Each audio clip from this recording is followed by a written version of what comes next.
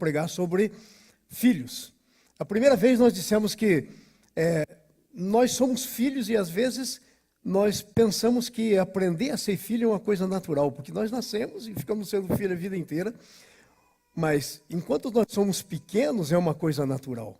Mas depois que nós crescemos, ser filhos é uma coisa que tem que ser deliberada, é uma coisa que tem que ter ações, decisões nossas, decisões de filho.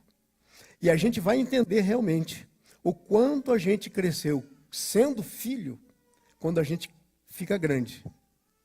Que aí as nossas decisões vão mostrar o nosso relacionamento com o Pai. Estou falando aqui da terra. E também com o nosso Pai do céu. Sabiam que muita gente tem dificuldade com o Pai do céu? Porque tem dificuldade com o seu pai aqui da terra? E aí quando ouve a palavra pai, tem trauma. Né? Porque às vezes foi traumatizante a filiação. Então hoje nós vamos falar sobre isso. Como é que nós podemos viver como filho? E a primeira coisa que eu quero falar para vocês está lá em Romanos capítulo 8, o filho vive a vida na direção correta. Irmãos, o problema hoje é o seguinte, é que nós somos filhos de Deus, mas ao invés de viver na direção de Deus, na direção correta, às vezes nós estamos indo para outra direção.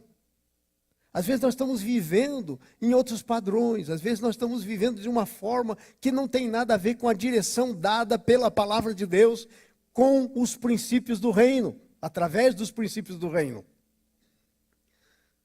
É muito interessante isso. Sabe por quê? Quando eu estava estudando teologia, eu fiquei muito impressionado. O que foi que aconteceu que essa igreja tão vibrante do Atos 2, Atos 3, 4, 5, 6, 7, essa igreja vibrante que existia, o que está acontecendo? Então eu resolvi fazer uma pesquisa do que aconteceu com a igreja numa matéria chamada História da Igreja. Eu lembro até hoje. E isso faz tempo. Muito tempo. Isso foi em 1978, por aí. Muito tempo. Então eu fiz uma pesquisa para mim ver aonde a Bíblia dizia qual era a direção da Bíblia. E esse é o nosso assunto. Nós temos que viver na direção correta. Qual era a direção que a Bíblia dava e o que foi que aconteceu com a igreja. Então, eu tracei um risco assim reto, e aí eu fui estudando a história da igreja, e as coisas que foram entrando na história da igreja e ficaram fazendo parte da igreja. E aí, então eu pude ver no gráfico um desvio, assim ia o que a palavra de Deus diz, e a igreja começou assim, começou a entrar velas na igreja, adoração a santos, imagens, e eu fui traçando isso, e a coisa foi por lá de lá. A direção era essa, mas houve um desvio na direção da igreja. E sabe, a igreja se tornou uma religião. A igreja, infelizmente, se tornou uma religião. Sabe qual é a diferença? Religião, no original, quer dizer, vem da palavra latim, que quer dizer tornar a ligar. A palavra latim é religare, que quer dizer tornar a ligar o que foi desligado. Nesse entendimento, religião é uma pessoa. Porque é Jesus que é ao mesmo tempo homem e ao mesmo tempo Deus. Então está aqui Deus, e Jesus como Deus pode pôr a mão em Deus, e Jesus como homem pode pôr a mão no homem. Então ele religa Deus e o homem. Mas hoje em dia a religião não tem esse sentido mais. Religião tem os usos e os costumes, o que se faz na igreja, os programas, essa coisa toda que é feita, perdeu o sentido original. Então, o filho precisa viver na direção correta. E veja qual que é a direção correta. Gálatas 2, 22, por favor. Veja, essa é a direção correta para um filho de Deus. A Bíblia diz assim lá em Gálatas 2, 22. Logo, já não sou eu que vive, mas Cristo vive em mim, e esse viver que agora eu tenho na carne, eu vivo pela fé no Filho de Deus, que me amou e a si mesmo se entregou por mim. Não mais eu vivo, mas Ele vive em mim. E eu agora, a vida que eu tenho, eu vivo pela fé. Então, a direção correta, se nós vivermos nesse princípio, duvido que Jesus vai errar a direção. Mas sabe qual que é o problema? Muitas vezes, nós recebemos Jesus na nossa vida e dizemos assim: Jesus, você pode ficar aqui nesse quarto aqui. Esse quarto aqui eu lhe dou, mas não bota a mão na minha cozinha, na minha sala, onde eu tenho a minha televisão. Então, Jesus não se torna Senhor da nossa vida toda. Às vezes nós consagramos uma parte da nossa vida para Ele, mas não a vida toda. E aí é que vem o problema. A parte que ficamos nós no controle, nós nos desviamos. E é por isso que hoje o cristianismo virou uma religião. E não a vida de uma pessoa dentro da gente. É um monte de conceitos, é um monte de ideias. Sabe? O cristianismo virou como se tivesse ido lá para a Grécia, uma filosofia. Aquilo que é chamado hoje de cristianismo, eu chamaria de filosofia cristã. Entendeu? Porque fica só no mundo das ideias, no mundo platônico, lá dos filósofos gregos. Entenderam isso? Então, tem que viver na direção correta. O filho, aprendendo a viver como filho, nós temos que aprender a viver na direção correta. E a direção correta é essa. Não, mas eu vivo. Tem que perguntar o que Jesus, tem que continuamente perguntar, se Jesus estivesse aqui agora, nessa situação, o que ele faria? Quando eu tinha me convertido, eu era bem jovem convertido, recém-convertido. Eu li um livro que o título era Em Seus Passos que Faria Jesus. E o autor estava falando exatamente disso. Em seus passos que faria Jesus. Se Jesus estivesse agora no seu lugar, o que ele faria? Porque essa é a pergunta da vida diária. Se Jesus estivesse aqui, como ele responderia? Como ele reagiria? O que é que ele diria? O que ele faria? Para onde ele iria? Qual seria a decisão dele? Porque se já não sou eu que vivo, eu tenho que fazer essa pergunta. E vou dizer uma coisa para vocês. Às vezes, nós ficamos com medo de fazer essa pergunta. Ou fazemos essa pergunta, mas nossos ouvidos estão surdos para ouvir. Como diz a parábola do semeador. Os ouvidos estão surdos para ouvir. Então nós não ouvimos a resposta e sabe o que nós fazemos? Ah, Deus não vai falar, então eu vou falar do jeito que eu acho. Aí nós fazemos da maneira que achamos. E aí sabe quem vivo? Eu, não Jesus. Eu inverti o versículo. Agora sou eu que vivo e não Jesus vive em mim. Ele está em mim, não vai sair de mim, mas ficou encurralado num lugarzinho lá, pequenininho na minha vida, num cantinho da vida, e quem governa sou eu. Eu chamo ele de rei, eu digo que ele é Senhor, mas na verdade eu estou vivendo uma grande mentira. O Senhor sou eu, quem decide sou eu. Eu faço o que eu quiser, a minha vida é minha, eu faço dela o que eu quiser. As decisões não são de Jesus. Então, não vivemos, o filho precisa viver na direção correta. Então, agora, como é que nós vamos viver na direção correta? Romanos capítulo 8, dá uma olhada aí, versículo 14. Romanos capítulo 8, versículo 14, fala da ação do Espírito Santo nos filhos de Deus. Sabe? Diz aí, todos os que são guiados pelo Espírito de Deus são filhos de Deus. Eu quero que você leia bem com atenção esse versículo. Vamos dizer ele juntos? Vamos falar juntos? Está aí no telão. Vamos lá? Pois todos os que são guiados pelo Espírito de Deus, esses são filhos de Deus. Agora pergunta, você está entendendo a implicação desse versículo? Deixa eu ler de novo. Pois todos os que são guiados pelo Espírito de Deus, esses são filhos de Deus. Agora, como é que você responderia essa pergunta? E os que não estão sendo guiados, são o quê? Nesse versículo. Eu não diria, porque eu ando muitas vezes sem ser guiado. Vou enganar quem? Deus está vendo. Mas o que está acontecendo é que eu não estou vivendo como filho de Deus. Eu estou vivendo nos padrões desse mundo. E isso acontece com quase todos nós. Os filhos de Deus são os que vivem pelo, e não é uma opção, que eu quero mostrar para vocês, não é a possibilidade de eu não ser filho, é a opção que eu não tenho de não viver como filho. A opção que eu não tenho de não viver guiado pelo Espírito Santo. Não é uma opção ser guiado. Não é. Não é uma regra geral, é uma regra muito específica. É uma regra não negociável, é um princípio não negociável, viver guiado pelo Espírito Santo de Deus. Então, viver como filho é viver guiado pelo Espírito Santo de Deus. Quando você, tem até o Benihim que escreveu aquele livro, Bom Dia Espírito Santo.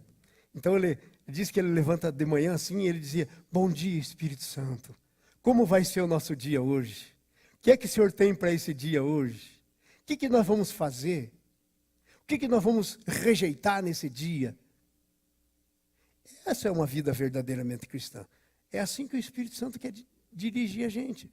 Mas sabe, muitas vezes, a nossa falta de intimidade, a nossa falta de comunhão, ela não deixa a gente ouvir a voz de Deus. Amados, Deus está sempre falando conosco. Tem até um versículo da Bíblia que diz que quando a gente não sabe para onde ir, tem uma vozinha assim atrás da nossa orelha que diz, esse é o caminho, andai nele. E é o Espírito Santo. Mas então, onde está o problema? Deus está sempre falando, o problema está em mim. É que meu ouvido está surdo. A minha comunhão, a minha sensibilidade, os atributos do Espírito Santo na minha vida, que reviveram o meu espírito, não estão funcionando direito. Deixa eu dizer para você. Quando a gente não tinha nascido de novo, a Bíblia diz que a gente era filho do diabo. Porque a gente tinha a natureza que o Adão recebeu lá no paraíso. E ele recebeu de quem? Do diabo. Então, aí a gente nasce de novo, nós vamos na cruz, nosso velho homem, aquela velha natureza, o Romanos capítulo 6, versículo 6, se você quiser ler isso, é destruída na cruz. Não tem como você ser ao mesmo tempo. Esse é um erro do cristianismo, amados. Tem gente que pensa que pode ser filho de Deus e filho do diabo ao mesmo tempo. Gente, como é que pode ser isso? É luz e trevas. É inferno e céu. É santidade e é inferno. Não dá para ser filho ao mesmo tempo. Tem até gente que ensina que a santificação é como se tivesse dois cachorros em você. Um branco e um preto. Quem que você quer que viva, alimenta. E aí deixa o outro. Isso é comportamentalismo, sabe? É uma filosofia de educação chamada behaviorismo, comportamentalismo. Eu estudei ela na universidade. Isso não tem nada a ver com cristianismo. Agora presta atenção. Então o que acontece com a gente aí, nós nascemos de novo, Deus colocou o Espírito Santo morando no nosso espírito, e as faculdades do espírito humano foram revividas. E quais são as faculdades do espírito humano? Comunhão é a primeira. Nós fomos criados para a comunhão. Então a comunhão, o nosso espírito, como diria o rei Davi, a minha alma anseia por Deus, como a corça anseia pelas águas. Eu anseio. A comunhão, a adoração. E há uma outra que é muito importante, a intuição. Isso são coisas do nosso espírito. Quando o Espírito Santo está dentro do nosso espírito, ele reaviva isso. E você chega num lugar e você não sabe bem porquê, mas você sente que ali tem alguma coisa que não está. Intuição. A tua comunhão com Deus sente um ambiente pesado, porque não há presença. Então, às vezes o que está acontecendo na nossa vida como filhos é falta de comunhão, não temos comunhão. Mas como é que vamos ter comunhão? Não oramos, não adoramos, não temos tempo com a palavra. Sabe? Esquecemos que Deus é uma pessoa. Tratamos a Deus como se fosse uma força, uma coisa. O Todo-Poderoso, que faz grandes coisas. Ele é uma pessoa. A Bíblia diz, não entristeçais o Espírito Santo, no qual estáis selados para o dia da redenção. Deus se entristece. E a Bíblia diz, não apagueis o Espírito. Quer dizer, não põe uma coisa por cima do Espírito que ele não funciona e você não. Então está cheio de cristão vivendo por si próprio, pela sua mente. Sabe, a Bíblia chama carne. Sabe o que é carne na Bíblia? São a minha razão, as minhas emoções, as minhas decisões. Isso é minha carne. Então eu ando por mim mesmo, não pelo Espírito. Então o Filho de Deus, ele anda guiado pelo Espírito Santo. Versículo 15, a primeira parte. Romanos 8,15. Porque não recebestes o espírito de escravidão que a gente tinha antes, para outra vez, de novo, estardes com temor. Mas recebestes espírito de adoção, pelo qual clamamos, Abba, Pai. Não vive na escravidão. Amados, a Bíblia diz, para isso se manifestou o Filho de Deus, 1 João, para destruir as obras do diabo. Está escrito na Bíblia, é um versículo. Para isso se manifestou o Filho de Deus, para destruir, desfazer as obras do diabo. Tremendo isso, hein? Então não vive atemorizado. Deus não nos deu o espírito de temor, mas de poder, de moderação. Está escrito na Bíblia. Então, o que acontece? Às vezes nós somos cristãos, mas vivemos com medo. Mas estamos atemorizados. O que é que falta para a gente? O que eu comecei dizendo aqui na introdução. Falta entendimento revelado pela palavra de Deus, quem eu sou, quem a Bíblia diz que eu sou. Sabe? Nós temos que começar a praticar isso.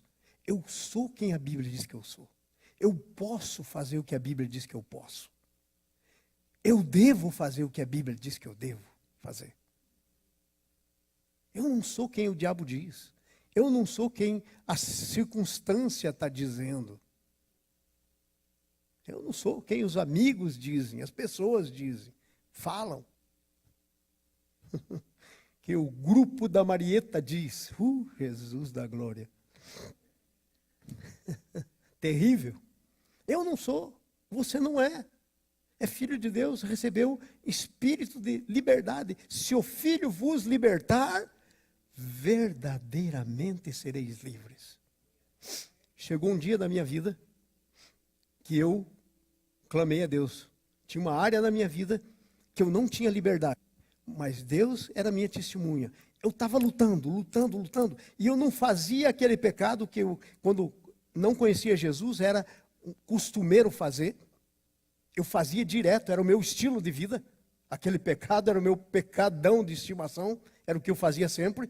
E aí eu me converti, eu nasci de novo, e aí então eu parei. Mas era uma luta na minha mente, constantemente aquela luta. E um dia eu disse, Deus, assim não dá. Tem alguma coisa errada comigo. Porque a tua palavra diz, eu li esse versículo. Estava lendo a Bíblia e cheguei nesse versículo. Falei, é isso aí.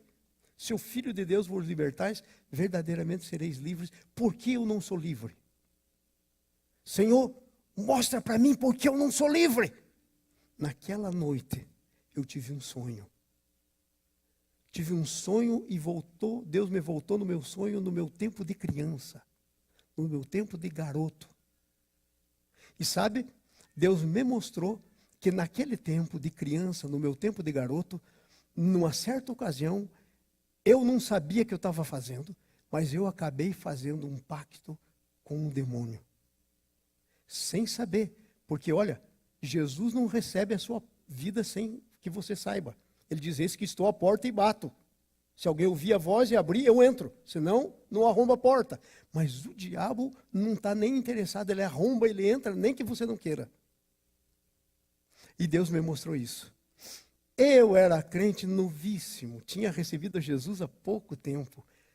Não sabia nada de libertação, não sabia nada do que eu sei hoje. Eu simplesmente rolei da cama, na hora que eu acordei do sono de madrugada, e disse, Senhor, esse demônio é nojento, porque eu não sabia que ele estava fazendo isso comigo, eu não tinha consciência, eu não aceito isso mais, eu não quero isso mais, eu quebro isso, Senhor, me livra disso. Nunca mais tive problema naquela área. Nunca mais. Porque Jesus se manifestou para desfazer as obras do diabo. Estão entendendo? Então, não vive atemorizado, não vive em escravidão. Outra coisa, a segunda parte do versículo 15. Se é filho, recebeu o espírito de adoção e clama, Abba, que quer dizer pai. Você não recebeu o espírito de escravidão, você recebeu um espírito de adoção. E é por causa desse espírito que você recebeu que você clama Abba, que quer dizer pai. Sabia que você não conhece Deus como pai aqui na sua mente? No segundo andar aqui? Nas suas emoções, na sua razão? Não tem como conhecer. Você conhece a Deus no seu espírito. Porque você recebeu um espírito de adoção que é o que faz você clamar Abba, que quer dizer pai. Vem lá de dentro de você. É muito mais do que um conhecimento intelectual. Sabe, há alguma grande diferença de ser verdadeiramente convertido e ser convencido. Eu passei por essa experiência. Eu era um tremendo de um pecador, ateu e à toa. Eu sempre digo para vocês, eu era. Não sou mais, mas eu era. Então, eu comecei a ler a palavra de Deus, porque eu queria muito namorar a filha do pastor. Olha só. E aí eu chegava na casa dela e só tinha Bíblia. Bíblia para lá, Bíblia para cá. Aí eu falei, mas o que esses crentes estão pensando? Eu vou ler essa Bíblia. Eu vou aprender essa Bíblia. Aí comecei a ler lá no Velho Testamento. Não entendi nada. Aí pedi uma opinião para alguém que sabia. Comecei a ler no Novo Testamento. E fui lendo. E como eu leio muito, até hoje, em 2 semanas eu tinha lido o Novo Testamento inteirinho. Aí eu voltei a ler e comecei a anotar as coisas importantes. E a minha Bíblia, a primeira Bíblia que eu tinha, onde que eu aprendi, basicamente o que eu sei hoje, não tinha mais lugar para pôr um pingo. De tão anotada que era no meu Novo Testamento. E aí eu fiquei convencido. Fiquei convencido que se eu morresse eu ia para o inferno. Convencido. Mas sabe, aí por várias vezes eu entreguei minha vida para Jesus. Mas acontecia alguma coisa, algum daqueles pecados que eu gostava, eu tomava a vida de volta e lá ia. Eu não era um convertido, eu era um convencido. Eu não tinha nascido de novo. A velha natureza estava lá produzindo. Até que um belo dia eu sofri um acidente, minha vida passou toda na minha frente, numa fração de segundo, e Deus disse, você ia morrer aqui agora, mas não vai morrer porque eu tenho um plano para você. E eu disse, Senhor, eu te aceito, para nunca mais tirar a minha vida da tua mão. E foi um acidente, caí fora do carro, fui rolando, e quando parou o acidente, eu estava rindo, me encheu o coração de uma alegria que eu nunca tinha sentido antes na minha vida. E eu comecei a rir e a chorar, aquela alegria tremenda. Nasci de novo. Sabe? Aí o Espírito Santo começa lá no seu espírito. Veja o que diz o versículo 14 que nós já lemos. Pois todos que são guiados pelo Espírito Santo são filhos de Deus. O Espírito Santo começa a guiar, começa a testificar. Começa a fazer você clamar Abba, que quer dizer pai. Essa é a vida com direção do Filho de Deus. Amém? Se é filho, recebeu o Espírito de adoção, que clama Abba, pai. Se é filho, sabe pelo Espírito Santo que é filho. Veja o versículo 16. Vamos lá, versículo 16, por favor. Veja o que diz aí, ó. O Espírito mesmo testifica, veja, Espírito maiúsculo, Espírito Santo de Deus. O Espírito mesmo testifica com o nosso espírito, letra minúscula, espírito do homem, teu, o meu, que somos filhos de Deus. Amados, não é na cabeça, tá muita gente aí. Deixa eu só contar uma coisa para vocês. Hoje eu tenho plenamente consciência disso. Eu deveria chegar para muita pessoa que eu evangelizei no passado e dei uma certeza da salvação para elas e eu deveria ir para elas e dizer, olha, você não tem direito de ter certeza da salvação. Porque você não nasceu de novo, você virou um convencido. Sabe todas as coisas aqui na mente, mas na hora de viver não vive nada. É convencido. A certeza da salvação não vem do que você sabe na sua mente. O que é que diz aí? Vem da testificação do Espírito Santo no teu espírito. É uma coisa que você às vezes não sabe nem explicar com a sua mente. Mas o Espírito Santo testifica no teu espírito que você é filho de Deus. Pergunta, você tem essa testificação? Está sendo uma boa hora para a gente questionar a nossa salvação, né? Sou convertido ou sou convencido? Quem sou eu? Sou cristão ou sou religioso? Quem sou eu? É uma boa hora de pensar. Eu não posso julgar você, porque a Bíblia diz, não julgueis para não ser julgado. Mas a Bíblia diz, a gente pode olhar nos frutos, pelos frutos os conhecereis. Não pode árvore boa dar mau fruto. Então, você vai começando a conhecer as coisas. Você pode conhecer quais são os frutos. O que os frutos que você está produzindo está dizendo? Interessante isso, né? Segunda coisa. Para viver como filho, o que temos se nós somos filhos? O filho tem que saber viver na direção correta, a sua vida. Segundo, o filho tem que saber o que ele tem, se ele é filho. Porque se ele é filho, ele é diferente de quem não é filho. Ele tem coisas que quem não é filho não tem. Amém? Então vai lá, versículo 17, a primeira parte. Se somos filhos, somos co-herdeiros de Deus com Cristo. Veja o versículo 17. Se sois filhos, também herdeiros de Deus e co-herdeiros com Cristo. Amados, sua herança está pronta. Foi conquistada por Jesus. Você é co-herdeiro, herdeiro junto com Ele. Herdeiro do quê? Das coisas que são do Pai. Agora, muitas vezes, sabe o que acontece? Nós passamos tentando fazer a nossa herança aqui na terra.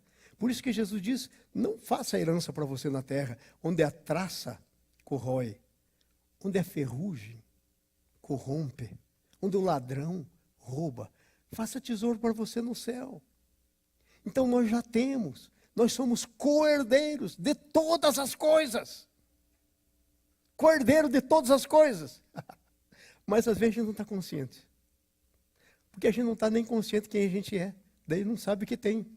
Se você não sabe quem é, irmão, se você não sabe quem é, como é que você vai saber o que você tem? Não tem como. Então, foi isso que aconteceu comigo há um tempo atrás aí, bem pouco tempo. Vem assim lá no meu coração e não é meu. Lá dentro, assim, de mim aquele negócio. Livros, né? Começou a acontecer isso comigo quando eu ouvi o Billy Graham há mais ou menos uns 26 anos atrás, dizendo que a maior coisa que você pode deixar é escrever muitos livros, porque eles vão ficar e pessoas vão ler. E então aquele negócio brotou no meu coração. E eu sempre quis escrever. Escrevi uns coisinhas pequenininhas assim, uns livretinhos assim. Mas nunca parei para escrever um livro. E nunca me achei capaz de escrever um livro. Aí esses tempos aí eu estou orando. E estava meditando da minha própria vida. E falei, que negócio é esse? Que negócio é esse? Dentro de mim tem um escritor. Eu sei que tem. Você vai ler o meu primeiro livro daqui a pouco. Já estou praticamente terminando o capítulo 1. E vou te dizer mais uma coisa. Vai ser muito fácil escrever muitos livros. Porque eu tenho séries e séries que eu preguei. Por exemplo, sobre a vida de Davi. É o primeiro que eu estou escrevendo. Eu preguei 11 sermões sobre a vida de Davi. Para transformar isso num livro é simples. Agora, nunca achei uma maneira de trabalhar. Aí comecei a orar e falei, em nome de Jesus, esse escritor que está dentro de mim vai sair agora. E sentei no computador e o negócio... Claro, fui fazer o dever de casa. Fui lá no Charles & Second, que é um negócio aqui que vende livros usados, baratíssimo, e que até dão, tem umas prateleiras que você leva sem pagar nada. E fui lá na seção de como é que você se torna um escritor. Li 3 livros. Porque aqui nos Estados Unidos, eu fiz isso porque eu me lembrei de um ditado aqui americano. O camarada nunca jogou golfe. Lê um livro sobre golfe e aí escreve 5, como se fosse um jogador de golfe. Sem nunca ter pegado o taco de golfe. Eu falei, se isso aqui é verdade, porque eu que tenho o Espírito Santo não vou fazer. E o livro está saindo. A Nícia vai ser a primeira que vai ler o meu primeiro capítulo, talvez na semana que vem. Estou pertinho de terminar o primeiro capítulo. E olha, eu estou gostando, porque eu sou muito exigente. Primeiro comigo mesmo. Até para pregar. São 11. Mas está tudo lá, a pregação, eu fiz download, tá tudo lá bonitinho, já é fácil de fazer agora. Só tem que o escritor começar a se manifestar. Mas então, dentro de você, que é filho, você tem uma herança. Não só tem uma herança, mas você é herdeiro de muitas coisas que Deus tem para você. De muitas coisas. E temos que entender isso. Se somos filhos, somos herdeiros, co-herdeiros com Cristo. Agora, tem umas coisas que a gente não gosta, mas que vem no pacote. Não tem como selecionar isso sim, isso não. Ou pega ou não pega. Porque veja qual é a segunda coisa que diz. Se somos filhos, sofremos com Cristo. Aí pegou, né? Se é certo que com Ele padecemos, para que também com Ele sejamos glorificados. A gente quer a glória, mas a gente não quer a cruz. A gente quer a glória, mas a gente não quer o sofrimento. Sabe, nós vivemos numa geração que só quer o que é favorável para si, é eu. Inclusive a palavra nos nossos dias está aguada assim, é só o que é bom para mim. Pastor, mas se o senhor pregar isso na igreja, não fica um. O que eu vou fazer? Comprometer a palavra de Deus? Eu sei que tem muita gente comprometendo. Tem muita gente que diz assim, falaram para mim, pastor, se passar de 25 minutos, sua igreja não cresce. Pois que não cresça. Porque eu tenho que pregar o que Deus está dizendo para pregar. Falar o que Deus está dizendo para falar. O que eu vou fazer? Me amoldar aos padrões do mundo? Não posso. E depois, ainda tem mais uma. Por que eu vou fazer isso? Tem 7 dias por semana. Quanto é que o povo de Deus gasta nesses 7 dias por semana com Deus, com o seu Deus? Gasta, se você somar as horas que gasta trabalhando, somar as horas que gasta dormindo, somar as horas que gasta descansando, comendo, você vai ver o tanto de hora que você tem em torno de você mesmo. Daí quando chega tempo de ter 2 horas na igreja, não, isso é demais, ficou louco. É demais. Pastor, o culto demora muito. Esse louvor aí chega da metade do louvor. O que acabou de fazer? Dizer, Deus, você não é digno de louvor. Eu não quero ir lá louvar. Acabou de dizer isso, em outras palavras. Então, o sofrimento com Cristo. O Paulo disse que ele estava completando o sofrimento. Eu fico impressionado. Uma vez eu estava lendo o Apocalipse e estava dito lá, Senhor, até quando não vinga o sangue dos santos que morreram? Aí Deus deu uma roupa branca para eles e disse, espera aí, fica aqui pertinho do altar, porque ainda não se completou o número dos que vão morrer. Aí eu e a Anice estávamos num retiro, lá na Pensilvânia, e aí, não sei, o Espírito Santo veio lá, um negócio tremendo, mas tremendo. E aí o irmão disse assim, o pregador disse assim, olha, agora nós estamos orando aqui, mas eu estou tendo uma direção assim que tem gente que vai sofrer por amor a Cristo, talvez ser mártir. Mas Deus não está querendo mártir na marra. Deus não quer pegar você, amarrar você e dizer, você vai ser mártir.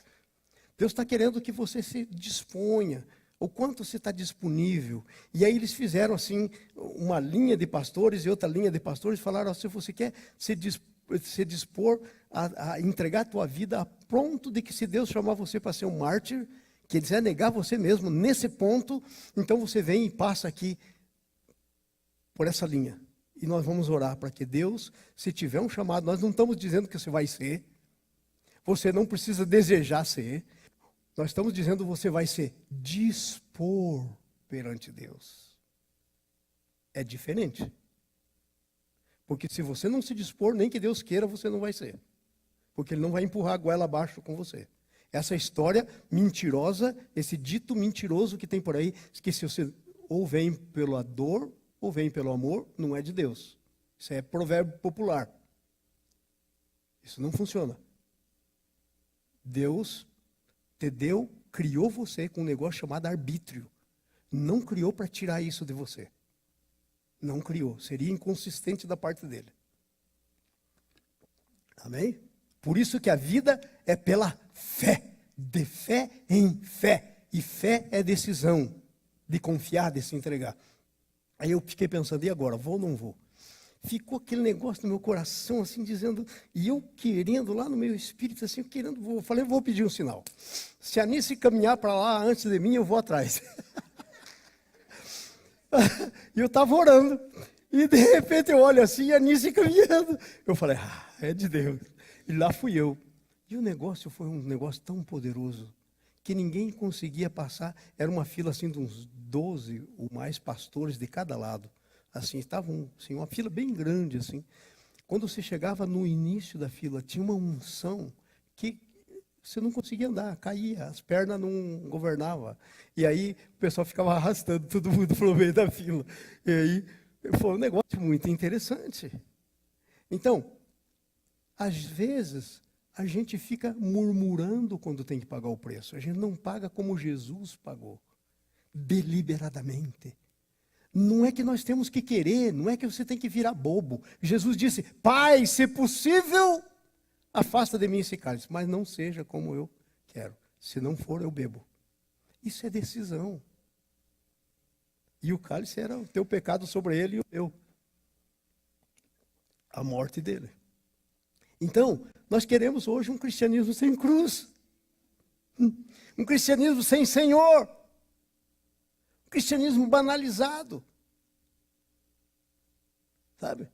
Um cristianismo egocêntrico, no qual eu sou o centro.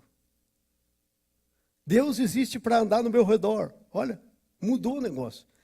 Deus não é o centro da minha vida. Eu sou o centro da minha vida e Deus está aí para me satisfazer. É complicado isso. Então, o sofrimento. Ai, Senhor, estou sofrendo. Amados, a Bíblia diz que todas as coisas contribuem para o bem daqueles que são chamados por Deus, que o amam. Todas as coisas, inclusive o sofrimento. Pergunta para o servo Jó. Ei, pastor, mas o Jó morreu muito. Olha, está tudo escrito. Leia lá o que ele disse. Ele disse, para o meu bem foi que eu passei essas coisas todas. Estão entendendo isso? Viver como filho. Viver como filho é viver uma vida que não é comprometida com o mundo, com os princípios do mundo. Ok. Se sofremos com Cristo. Mas também, o que temos com o filho é, se sofremos com Cristo, com Ele somos glorificados. Leia aí. Ó. Nós queremos a glória sem o sofrimento. Não tem glória sem sofrimento, meu irmão. Não tem, sem pagar preço. Ai, nós queremos um ministério na igreja, pastor. Mas quando eu puder, pastor, quando eu puder vir, nos meus termos, sem preço. Sem preço. Não tem preço. Não quer pagar um preço. Está ruim o negócio. Aí não tem glória. Aí não tem glória. Aí, o pastor quer pregar, mas não quer gastar tempo em oração, não quer gastar tempo ouvindo a Deus. Sabe, há muitos anos atrás, quando eu comecei, eu sou pastor, estou no ministério antes de casar, então se imagine. Antes de casar, eu e a Anice estavam plantando igreja. Numa favela, plantamos uma igreja que está até lá hoje, grande, bonita, chamado Betel. E aí, Deus falou comigo. E foi tão interessante o que Deus falou comigo.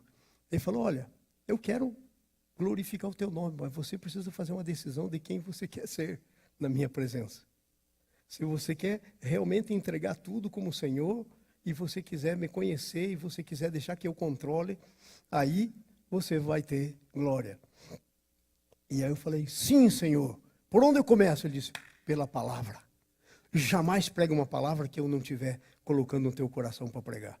Amados, desde então, tem sido a minha vida. Sabe, eu não estou pregando essa palavra aqui porque eu pensei em pegar essa palavra. Deixa eu só te dizer, eu sou professor da universidade, eu sou professor de método de estudo bíblico, hermenêutica, teologia sistemática, tudo isso ensinei por anos. Posso pegar, você pode, sabe, quando eu era mais jovem, arrogante, eu chegava assim para as pessoas, às vezes nos grupos familiares, e dizia, o que vocês querem estudar hoje? Se você me disser o que você quer, eu sou professor de método de estudo bíblico, hermenêutico, eu posso te dar aqui agora. Posso nem estar lembrado que li o texto, mas posso te dar. Só que isso tem a ver com a glória de Deus, com a glória. Sem pagar preço. Então, esse estudo que está aqui, eu termino hoje, estou terminando de pregar agora, já começo a orar pelo meu próximo. E sabe, eu quero dizer uma coisa, tem um lá que está lá no meu computador que eu fiz antes desse. Deus disse não, vai pregar isso talvez um outro dia. Para hoje, é um padrão, mas tem que ter determinação, tem que ter submissão, tem que ser. E eu disse para o Senhor, se um dia eu não tiver o que pregar, eu pergunto se algum irmão da igreja tem, porque o Senhor não vai deixar a igreja sem palavra, vai ter. Nunca falhou. Mas tem que ter um compromisso, um preço. Um preço. Vocês que são aqui da igreja, que horas quer que eu chego aqui? 9 horas, 9h15, 9h20, 9h30 no máximo. O culto começa às 11h. O que vocês acham que eu venho fazer aqui? Vocês acham que eu venho aqui por aqui olhar se está tudo bem? E eu estou lá. Não, eu venho aqui para orar. Eu venho aqui para ir nos lugares, passar aí, orar, a presença do Senhor, buscar, entender, ouvir a Deus, ver o que Deus está fazendo. Porque Jesus disse assim, amados, veja o que Jesus disse. Jesus que era Jesus. Eu só faço aquilo que eu vejo o meu Pai fazer. João 5,19. Se o meu Pai fizer, eu faço. Como eu vou ser diferente? Como eu vou fazer diferente? Então, amados, o que temos como filho? Nós temos glória, mas nós temos que nos posicionar para a glória. E o posicionamento requer decisão. Agora, outra coisa, versículo 18. Se somos filhos, os sofrimentos não se comparam com a glória. Veja o versículo 18. Pois tenho para mim que as aflições desse presente tempo não se podem comparar com a glória que nos há de ser revelada. Amados, eu vou dizer uma coisa para você. O Paulo disse isso. Eu não julgo que alcancei, mas esquecendo das coisas que para trás fica, prossigo para o alvo, para alcançar as coisas para as quais eu fui alcançado. Põe a mão no seu coração assim. E diga assim, Senhor, o Senhor me alcançou para que eu alcance as coisas para as quais eu fui alcançado. Entendeu isso? Você foi alcançado por alguma coisa, meu irmão. Sabe quando Deus começou a falar comigo? Um dia, Deus falou comigo e disse assim, olha, o teu pai espiritual, que foi o meu sogro, ele tinha ido em 2 nações, Paraguai e Argentina. Morava em Foz do Iguaçu, plantou uma igreja em Foz do Iguaçu. Tinha ido em 2 nações. E aí eu estou lendo a palavra. E Deus começou a falar comigo que a unção, no dia que meu sogro faleceu, ele faleceu dormindo. Tremendo homem de Deus. Aí eu fui na casa e tal, me chamaram. Eu fui avisar um familiar que morava numa cidadezinha perto, assim, uns 30 quilômetros. E eu estava dirigindo o carro dele. Dirigindo. Quando eu chego na metade da estrada, eu vi uma voz clara, falando assim no meu ouvido, claro. É como se tivesse uma pessoa do lado. Você quer a capa? Eu era um crente novinho.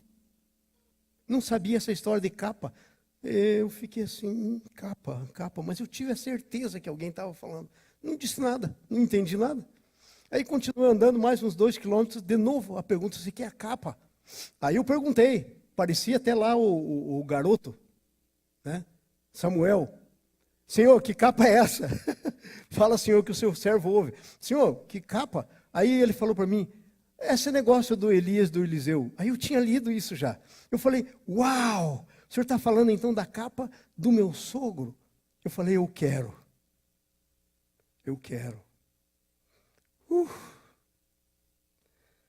Amados, e eu recebi essa capa. Aí um dia eu estou faceiro, né? A capa e tal, né? E aí Deus diz, agora tem um problema. É como se você estivesse nos ombros do teu sogro. você tem que avançar o que ele fez muitas vezes. O meu sogro foi em 2 nações, eu já fui em muitas e muitas nações. Eu estou avançando. Meu sogro plantou algumas igrejas, eu plantei muitas, muitas igrejas. Eu estou avançando. Então, você tem que, uma glória esperando você. Então não pode olhar para a aflição, porque tem uma glória. Mas a glória vem depois da aflição. Não quer a sua aflição? Não quer, sabe? Vocês, a maioria aqui da igreja sabe as aflições que a gente tem passado. Quando eu cheguei aqui nesse lugar, eu orei para vir. Estava em Chicago, não queria ficar lá muito frio.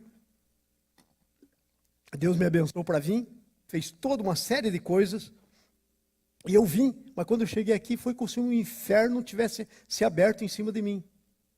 Primeiro, um filho sofre um acidente, morre 2 vezes na UTI. Daí uma filha, a Thaís, que está aí, está ali ensinando lá, está traduzindo, sofre um acidente, quebra a cabeça, choca, fica em coma, o médico disse, vai morrer. E a coisa foi assim. E aí os pastores da região, um dia estava numa reunião de pastor, um levantou assim e disse assim, pastor, eu estou sentindo o seguinte, a gente tinha aqui um conselho, até que alguém aí fez uma bobagem e a Polícia Federal começou a procurar todo mundo. Ele disse assim, pastor, eu estou sentindo de perguntar, o senhor já não pensou, eu acho que a sua casa tem telhado de vidro, hein? Sabe o que é casa com telhado de vidro, né? Você não tem cobertura, você está tudo passando, tudo caindo, porque primeiro um filho quase morre, depois a filha, depois mas não sei o quê, depois outro vai preso, indo para a cadeira elétrica. E que negócio é esse? Um inferno solto, mas as aflições do tempo presente não são para comparar com a glória que há de ser revelada. E ainda está sendo revelada. Eu estou acabando de chegar da Índia. Irmãos, você não tem ideia. Você não tem ideia o que Jesus está fazendo na Índia. A hindu sonhando com Jesus, no outro dia acabando com todos os ídolos dele. Lá são 3 milhões de ídolos. Imagine, de deuses. Levantando convertido, e ele é o pastor da vila, só que não sabe nada. Eu tive com 200, 300 pastores ensinando lá. Daí eu pensava, não, eu fiquei preocupado, eu tenho que ensinar pastores, tenho que ensinar. Aí descobri que eles não tinham beabá. E agora já me chamaram, querem que eu volte lá agora em novembro, para um instituto bíblico, 2 semanas, ensinar como ler a Bíblia. Para pastores desse tipo, que estão se convertendo assim. E que não sabem a direita da esquerda. Mas são crentes, você vê, eu tive com eles, irmãos, 2 semanas, crentes, fervorosos, de oração, noite toda no joelho. Coisa tremenda. Então a glória, mas antes vem o sofrimento. E para terminar, vamos falar sobre isso. Se somos filhos, há uma expectativa. Pastor, o senhor tem uma expectativa com a gente, o senhor fica jogando a sua expectativa na gente. Deus tem uma expectativa com você. Deus tem uma expectativa comigo. Há uma expectativa. Veja aí o que diz o versículo 19. A criação ardentemente espera a nossa revelação, porque a criação aguarda com ardente expectativa a revelação dos filhos de Deus. Irmãos, você tem que se revelar. Sabe o que é que se revelar? Estou aqui escondido. Suponha que isso aqui não tivesse vidro. Estou eu aqui escondido. Haha, me revelei. Picaburro, tem que deixar ser visto. Tem que deixar ser visto que você é crente. Não pode ser um agente secreto de Deus, que chega num lugar e ninguém sabe quem é. Ninguém sabe. Então, a criação aguarda. Sabe o que é a criação? Os passarinhos, os animais, mas o ser humano. Há pessoas aguardando a tua revelação de filhos de Deus. Já contei aqui o que aconteceu comigo no mercado esses tempos aí atrás. Vou contar de novo, alguns não ouviram. Eu estava lá no Publix, mandando a nossa oferta missionária. De repente vem, eu estou no caixa ali, mandando ali no Customer Service. De repente vem uma mulher de lá, assim. muito má, quase sem poder andar, com uma plaquinha do Publix. Então era empregada. Chegou e começou a falar com o moço que estava me atendendo. Disse assim, olha, eu estou muito mal. Eu só estou aqui porque eu preciso desse dinheiro para sobreviver, senão não estaria trabalhando. Eu fui num piquenique, eu acho que deitei lá na grama com meus netinhos, nossa, foi bom. E aí quando eu fui me levantar, já não conseguia levantar mais. E contou aquela história e acho que eu vou ali na farmácia. E a farmácia ficava como daqui lá na entrada na frente. Aí ela foi. Quando ela saiu, o moço olhou para mim e fez assim, né? Está doida? O que eu tenho com isso? Né? Aí, Deus falou comigo, ele não tem, mas você tem. Tem que se revelar. É o Filho de Deus. Sabe, a criação aguarda a revelação. Aí eu falei, termina aí rápido que eu estou com pressa. Aí eu peguei, falei, agora eu vou lá atrás dela. Peguei e saí, e ela estava na frente da farmácia, com a enfermeira da farmácia, com ela, e ela já estava com a mão cheia assim de coisa que estavam dando para ela, para ver se curava ela, né? Aí eu cheguei para ela assim, e todo mundo passando ali, o Publix cheio, lotado. Publix é um mercado. O mercado lotado. Aí eu disse para ela, você quer ser curada agora? Do nada, sem nenhuma conversa antes. Quer ser curada aqui agora? Ela olhou para mim assim. Eu falei, você pode ser curada agora. Porque o Jesus que curava o tempo que ele andou aqui, ele cura ainda hoje. Então, você quer ser curada? E a enfermeira parou, olhou. O pessoal da farmácia, todo mundo ficou olhando. Foi um negócio. Aí ela disse, sim. Eu falei, então vai ser curada agora. Botei a mão na cabeça dela e disse, Senhor, em nome de Jesus, a tua palavra diz que o Senhor tem até um nome que diz que o Senhor é o Deus que sara. Então, no teu nome, ela está sarada agora. Tirei a mão e disse, agora a senhora faz alguma coisa que a senhora não podia fazer. Ela estava torta assim, ela falou, eu não posso me endireitar. E se endireitou. Eu não posso ficar numa posição direita. E ficou. Não podia. E ficou.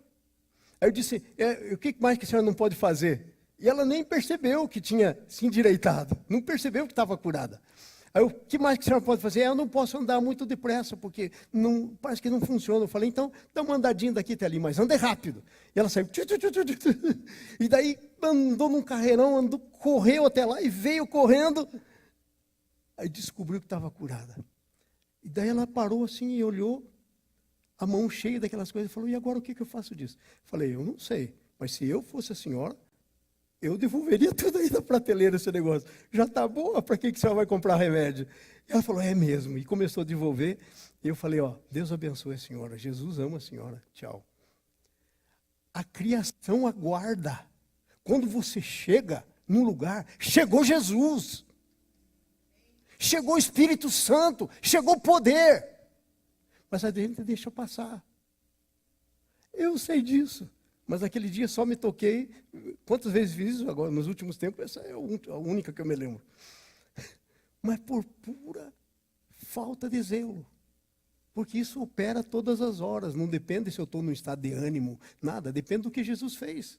E de eu assumir a posição. Amém?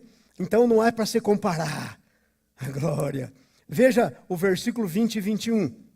A criação será redimida para a liberdade da glória de Deus. Ali tinha uma mulher, estava doente, foi curada. Todo mundo viu a glória, não precisa falar, não precisa se exaltar, tem que fazer. Porque a criação ficou sujeita à vaidade, não por sua vontade, mas por causa do Adão e Eva, que sujeitou. Vai para frente. Na esperança de que também a própria criação há de ser liberta do cativeiro da corrupção para a liberdade da glória dos filhos de Deus. Aquela mulher foi liberta para a liberdade da glória. Entende? E depois eu saí, quando eu já estava chegando aqui na igreja de volta, eu falei, ai, que mancada. Cara, eu deveria ter parado ali e falado do evangelho para todo mundo. Estava num momento propício. E eu não fiz. Eu falei, ai, cabeção. Devia ter falado para todo mundo. De que Jesus é o Salvador. Muita gente talvez podia aceitar, mas eu deixei passar. E assim a gente deixa passar. Sabe por quê? Porque não vive direito como filho de Deus. Vive meia boca, cristão meia boca. Cristão pela metade. E finalmente terminando, nós também gememos no nosso corpo. Versículo 23. Nós também gememos aguardando a redenção do nosso corpo. Irmão, se você ficar confortável aqui, eu tenho uma coisa para dizer para você. Tem alguma coisa errada. Porque o texto diz, porque sabemos que toda a criação conjuntamente... o próximo versículo, por favor, o 23. Aí, não só ela, mas até nós que temos as primícias do Espírito Santo, também gememos em nós mesmos. E, amado irmão, se você é cristão e não está gemendo, tem alguma coisa errada com você. Se você está deleitando, está desfrutando, mas não está gemendo para a revelação. Veja o que está escrito. Não é palavra minha, amados. E não só ela, mas até nós, eu e você, que temos a primícia do Espírito Santo na gente, gememos em nós mesmos, em mim mesmo, aguardando a adoção, a nossa adoção. Ali está adoração, mas não é adoração, adoção. A saber, a redenção do nosso corpo. Ok? Você está esperando a redenção do teu corpo? Ou você está pensando que vai viver aqui? Deixa você chegar como eu nos 64, 65, que você vai começar a contar a regressiva. Eu já estou assim. Eu tenho falado, Senhor, agora para as nações ou nunca, porque eu não quero ir lá com a bengalinha. Eu quero aproveitar o melhor que eu tenho. De agora em diante eu estou aceitando convites. Até agora eu tinha dezenas de convites, mas não estava indo. Mas comecei a aceitar, porque eu já estou no contagem regressiva. Então, é só eu, né? E também gememos, eu quero a minha adoção. Eu gemo, eu não estou contente com esse negócio aqui. Aqui está maus. Eu quero a casa do meu pai. Aquela que Jesus diz, na casa do meu pai há muitas moradas, eu vou preparar. E aí eu venho buscar vocês. Eu quero isso. Em nome de Jesus. Não quero viver com essa consciência de como eu estou vivendo. E tudo o que tem é o que está aqui. Não é assim não. Amém? Então, quero concluir aqui na nossa conclusão aqui que eu escrevi. Vede com que grande amor tem nos concedido do Pai, a ponto de sermos chamados filhos. 1 João 3, versículo 1 até o 3. Vede que com grande amor tem nos concedido o Pai, a ponto de sermos chamados filhos de Deus. E de fato somos filhos. Por essa razão, o mundo não nos conhece. E também não ama a gente, porquanto não conheceu a Ele mesmo. E a si mesmo se purifica todo aquele que tem essa esperança, assim como Ele é puro. Você se purifica? Você tem essa esperança? Você se purifica. Não tem essa esperança? Vive de qualquer jeito. Não vive a vida de filho de Deus. Aí temos 3 perguntas, que são as perguntas que fazemos no grupo. Ok? Que tipo de vida estou vivendo como filho de Deus? Você não tem que responder para mim. É para você. Não pode pensar no seu marido. Meu marido estava... Não, esquece o marido. É você. Esquece o tio. Esquece o pastor, por favor. Que tipo de vida eu estou vivendo como filho? Quais as 2 maiores coisas que me impedem de viver a vida como filho? Não pegue 10, porque não vai fazer mesmo. Pegue 2. Tem mais chance de você fazer. Quais as 2 maiores coisas que farei para ser esse filho segundo o coração de Deus? Amém?